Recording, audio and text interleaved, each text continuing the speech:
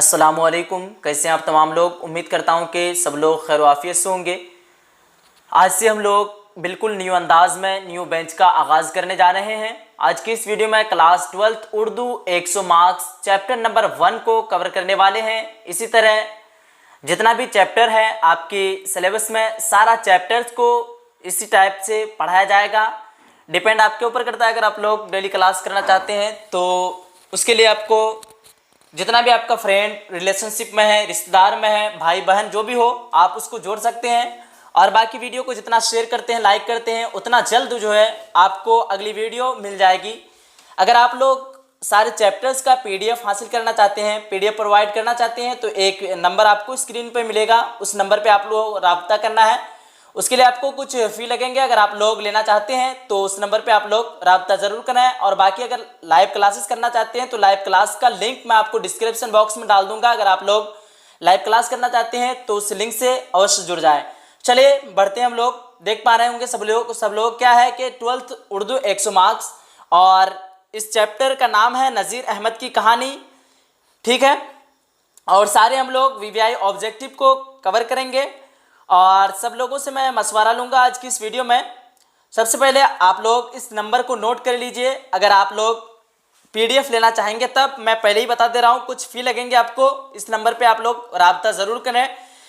ठीक है। और ये वीडियो आपको जो है सारा वीडियो इसी चैनल पे आप मिलेगा। AS Urdu education YouTube channel पे सारा वीडियो मिलेगा। चलिए देखते हैं। सब लोग देख पा रहे हैं उर्दू चैप्टर नंबर 1, और इस चैप्टर का नाम है, क्या नाम है, नज़ीर अहमद की कहानी। इनके मुसन्निफ़ हैं मिर्ज़ा फ़रहतुल्लाह बेग। देख पा रहे होंगे सब लोग, क्या नाम है, मिर्ज़ा फ़रहतुल्लाह बेग। मैं आपसे और एक चीज़ पूछना चाहूँगा, सब लोग कमेंट में बताएंगे। आपके मुताबिक ही जो है अगली वीडियो आएगी। और सबसे क्वेश्चन ये है कि आप लोग सिर्फ जो है ऑब्जेक्टिव सवालात को कवर करना चाहते हैं या फिर चैप्टर के साथ पढ़ना चाहते हैं। जो भी आपको अच्छा लगे आप कमेंट बॉक्स में ज़रूर लिखेंगे। जितने लोग देखेंगे उतना लाइक होना चाहिए वीडियो में और उतना कमेंट भी आना चाहिए, तब जो है नेक्स्ट वीडियो आएगी। मैं सबका नाम देखूंगा कौन कौन जो है कमेंट करते हैं, उसी तक अगला वीडियो भेजा जाएगा।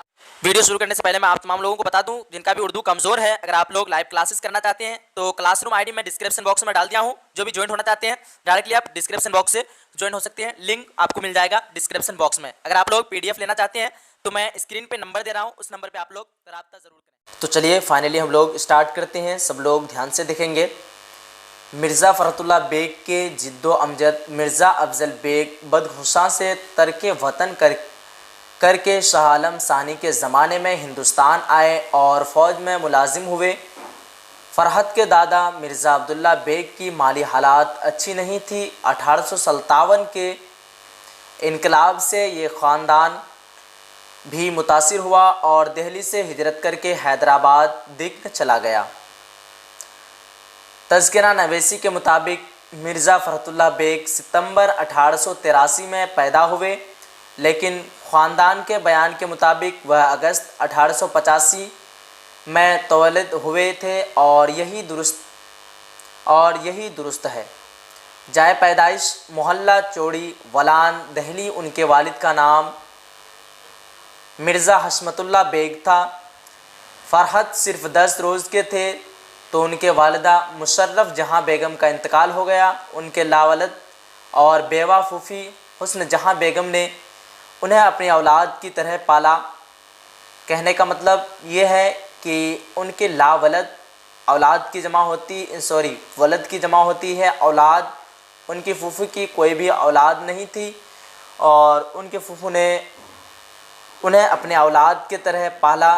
किसको पाला तो आप मालूम होगा, मिर्ज़ा फ़रहतुल्लाह बेग को पाला है। उसके बाद आगे कह रहा है, हज़रत निज़ामुद्दीन औलिया की दरगाह की मस्जिद में एक बुज़ुर्ग सैयद वली अल्लाह रहते थे। इन्होंने उनकी बिस्मिल्लाह कराई। मौलवी कमरुद्दीन से कलाम पाक पढ़ा। मिर्ज़ा फ़रहतुल्लाह बेग मौलवी कमरुद्दीन से जो है कलाम पाक पढ़ा। आगे कह रहा है, गवर्नमेंट हाई स्कूल कश्मीरी दरवाज़ा दिल्ली से इंटर्स का इम्तिहान पास किया। 1901 में हिंदू कॉलेज में दाखिला लिया। यहाँ से 1903 में इंटरमीडिएट की सनद हासिल की। सेंट स्टेफेनस कॉलेज से BA किया।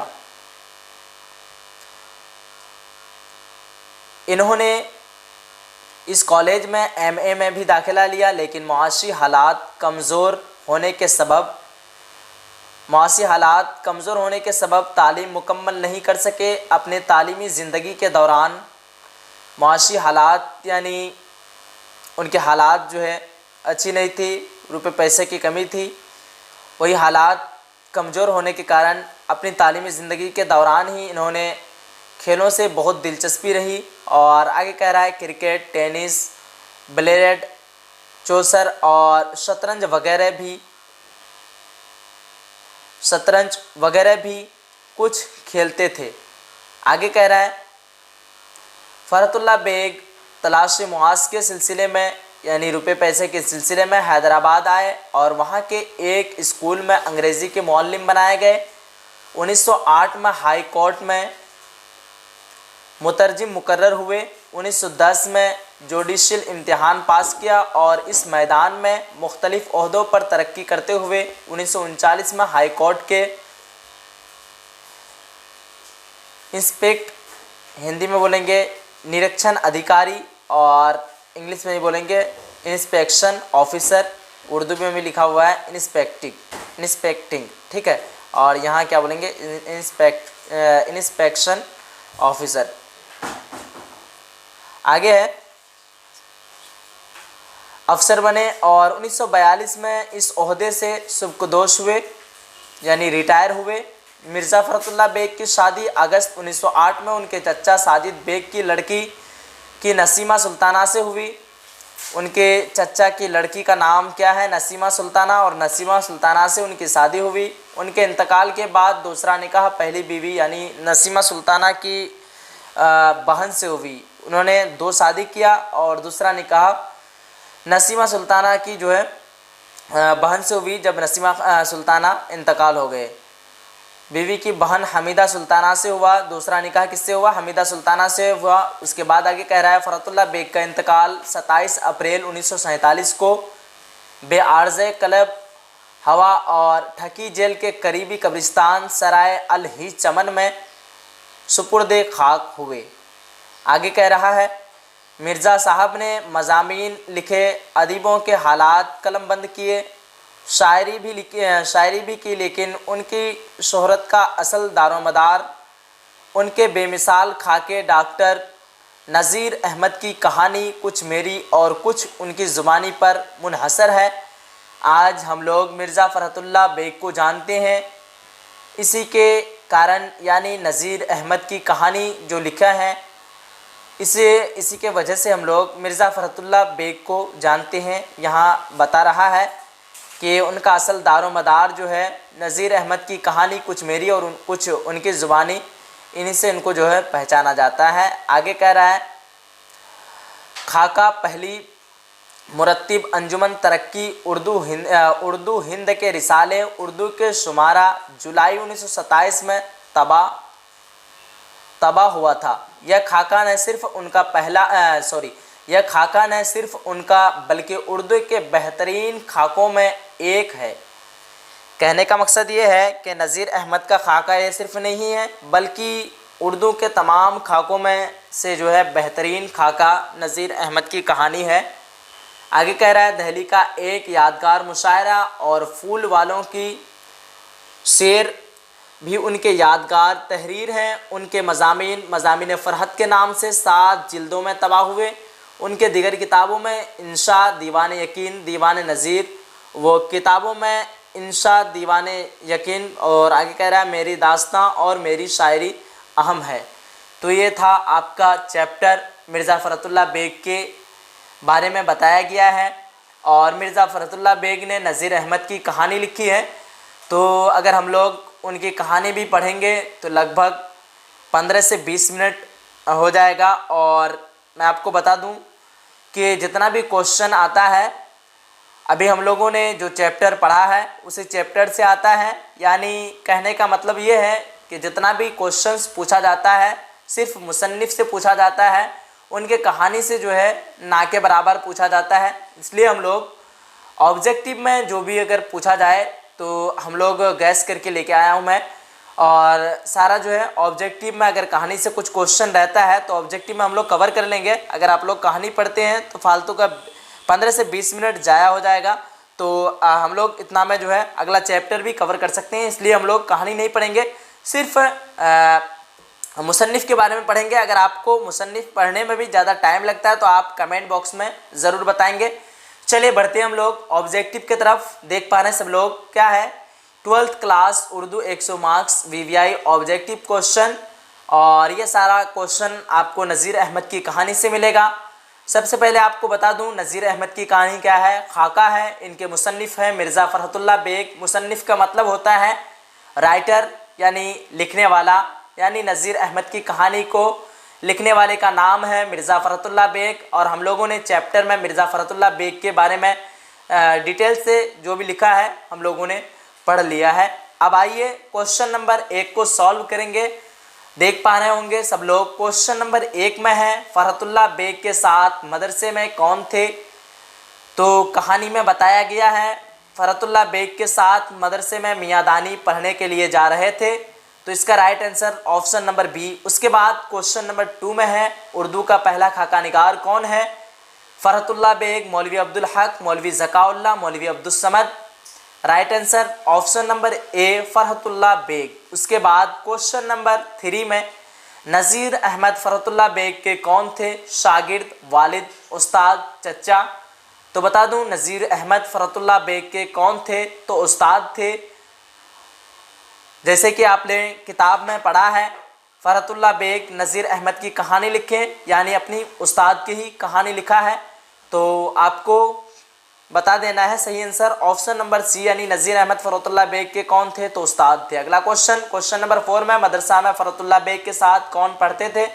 मदरसा में फ़रहतुल्लाह बेग के साथ मियाँ दानी पढ़ते थे। उसके बाद नज़ीर अहमद का ताल्लुक़ किस सिन्फ़ अदब से है। नज़ीर अहमद का ताल्लुक़ किससे हो जाएगा, खाका से हो जाएगा। ऑप्शन नंबर मिर्ज़ा फ़रहतुल्लाह बेग खाका लिखा है, और बहुत से स्टूडेंट आप लोग कन्फ्यूज़न होकर के खाके में मार देंगे, जैसे मैं अभी कन्फ्यूज़न हुआ। तो आपको नावल में मारना है, क्योंकि नज़ीर अहमद का ताल्लुक़ जो है नावल से पहचाना जाता है और मिर्ज़ा फ़रहतुल्लाह बेग को खाका से पहचाना जाता है। आपको ये बात जहन में रखनी है। तो फाइनली इसकी राइट आंसर की बात करें, इसका राइट आंसर हो जाएगा ऑप्शन नंबर ए, यानी नावल। उसके बाद अगला क्वेश्चन नंबर 6, नावल मेरतुल उरूस के मुसन्निफ़ कौन है। डिप्टी नज़ीर अहमद, अब्दुल हलीम शरर, हलीम होना चाहिए, अब्दुल हलीम शरर। उसके बाद प्रेमचंद कृष्ण। इसका right answer option number A, deputy Nazir Ahmad. उसके बाद पूरा नाम है इसका डिप्टी नज़ीर अहमद। आप लोग कन्फ्यूज़न नहीं होंगे। अगर जो भी कन्फ्यूज़न होते हैं तो कमेंट बॉक्स में ज़रूर पूछा करें। और एक बात बता दूं, जो भी चैनल को सब्सक्राइब नहीं किए चैनल को सब्सक्राइब कर लें, ताकि हर एक आने वाली वीडियो आपके पास सबसे पहले पहुंचे। आपको जो है जो बेल का आइकन होता है उसको भी ऑन कर लेना है, ताकि जो भी वीडियो अपलोड हो इससे अगला वाला चैप्टर आए तो आपके पास नोटिफिकेशन पहुँच जाए। उसके बाद क्वेश्चन नंबर 7 में है नज़ीर अहमद किस मशहूर शख्सियत के उस्ताद थे। 4 ऑप्शन है, अजीम बेग, अब्दुल्ला बेग, फ़रहतुल्लाह बेग, हशमतुल्लाह बेग। तो क्या हो जाएगा, फ़रहतुल्लाह बेग। नज़ीर अहमद किस शख्सियत के उस्ताद थे, फ़रहतुल्लाह बेग के उस्ताद थे। उसके बाद अगला क्वेश्चन नंबर 8 में फ़रहतुल्लाह बेग नज़ीर अहमद के घर क्यों आते थे। पढ़ने के लिए, पढ़ाने के लिए, इल्मी गुफ्तगू के लिए, तफरीह के लिए। तो इसका राइट आंसर ऑप्शन नंबर ए, पढ़ने के लिए आते थे। उसके बाद क्वेश्चन नंबर 9 में नज़ीर अहमद की कहानी के मुसन्निफ़ कौन है। नज़ीर अहमद के कहानी के मुसन्निफ़ फ़रहतुल्लाह बेग, आपने पढ़ा है चैप्टर में। क्वेश्चन नंबर 10, नज़ीर अहमद की कहानी का ताल्लुक़ किस सिन्फ़ अदब से है। तो बता दूं मैं, नज़ीर अहमद का कहानी का ताल्लुक़ किससे है, खाका से है। उसके बाद अगला क्वेश्चन 11 में फ़रहतुल्लाह बेग की कौन सी तसनीफ़ शामिल निसाब है। नज़ीर अहमद की गुफ्तगू, अपनी कहानी, नज़ीर अहमद की कहानी, किसकी कहानी। तो इसका right answer option number C, Nazir Ahmad की कहानी। उसके बाद 12 नंबर क्वेश्चन, फ़रहतुल्लाह बेग शेर ख्वानी में किस तरह की गलतियां करते थे।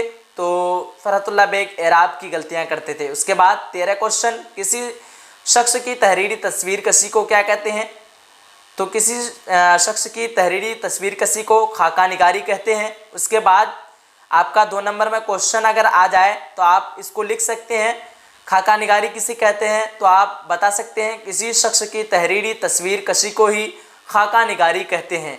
और एक दो बात आप बढ़ा चढ़ा के लिख सकते हैं अगर आपके जहन में हो तो।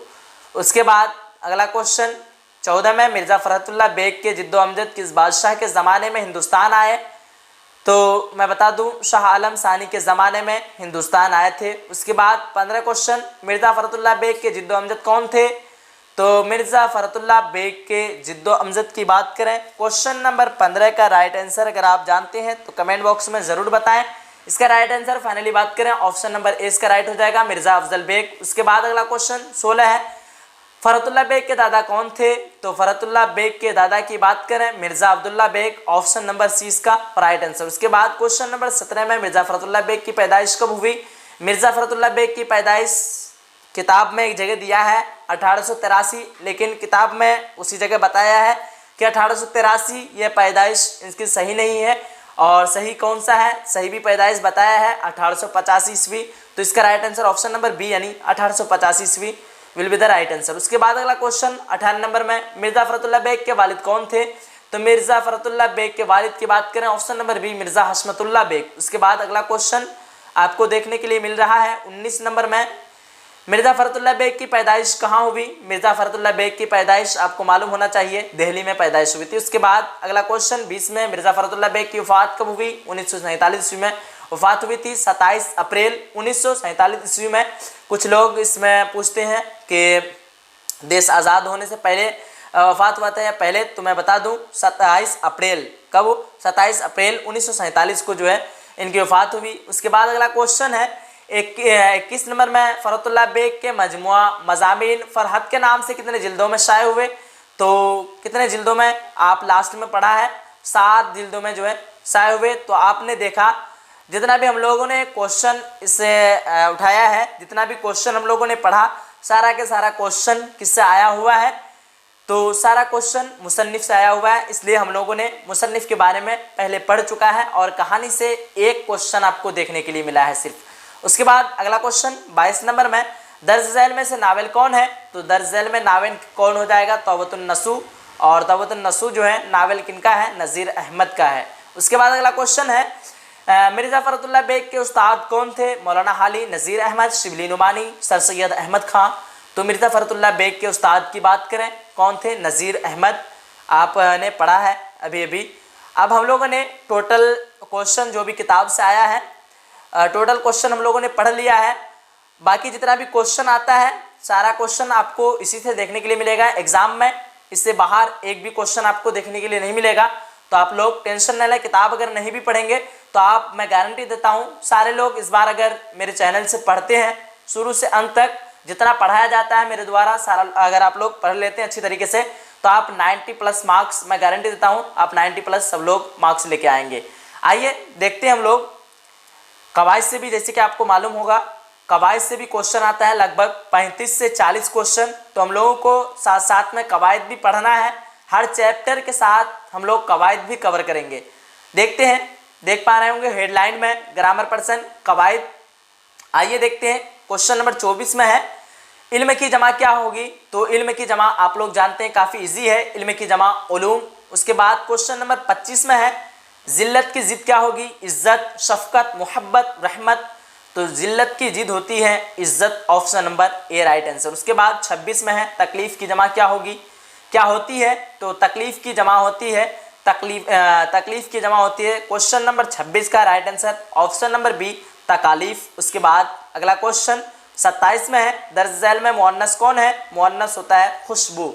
चारों ऑप्शन में क्या हो जाएगा? खुशबू क्या हो जाएगा? मुअन्नस हो जाएगा। उसके बाद अगला क्वेश्चन है 28 में अमकान की जमा क्या होगी? मुमकिन, मुमकिनात, अमकानात, अमकानियात। तो अमकान की जमा होती है, आपको बता दूं, अमकान की जमा होती है अमकानात। क्या होती है? अमकान की जमा अमकानात, option number C will be the right answer. उसके बाद क्वेश्चन नंबर 29 में है गुलशन क्या है? इसमें ज़र्फ, इसमें आला, सन्फ, मजदर। तो गुलशन क्या हो जाएगा? इसमें ज़र्फ जिससे किसी जगह का इल्म हो या चीज़ का या नाम का इल्म हो, वो क्या हो जाएगा? इसमें ज़र्फ। गुलशन का मीनिंग होता है फुलवारी। फुलवारी एक जगह है, तो आपको समझ में आ गया होगा गुलशन क्या हो जाएगा इससे, इसमें ज़र्फ होगा। और बाकी मैं डिटेल से सारा कवायद आपको एक बार समझा दूंगा, आप लोग टेंशन न लें। और बाकी की बात ये रही कि आप लोगों को जब भी क्लास करनी है ऑनलाइन क्लास करें। अगर आप लोग वीडियो को डाउनलोड करके क्लास करते हैं तो कोई भी डाउट रहता तो आप कमेंट सेक्शन में नहीं पूछ सकते हैं। इसलिए आप लोग जब भी वीडियो देखा करते हैं डायरेक्टली आप लोग ऑनलाइन ही देखें। और जो भी आपको डाउट अगर हुआ होगा तो आप कमेंट बॉक्स में ज़रूर अपना राय बताएं और अपना जो है डाउट को क्लियर करवा लें। चलिए फिर, उम्मीद करता हूं कि आप तमाम लोगों को आज का वीडियो बहुत अच्छा लगा होगा। अगर वीडियो अच्छा लगा है वीडियो को लाजमी शेयर करें, लाइक करें और चैनल को सब्सक्राइब करना ना भूलें। सब्सक्राइब करने से मेरा कोई फ़ायदा नहीं है, आपका फ़ायदा है। फ़ायदा यह है कि जो भी अगली वीडियो आने वाली है तो आप तक सबसे पहले पहुँचेगा। चलिए मिलते हैं एक अगली वीडियो में, जब तक के लिए खुदा हाफिज़, जय हिंद, जय भारत।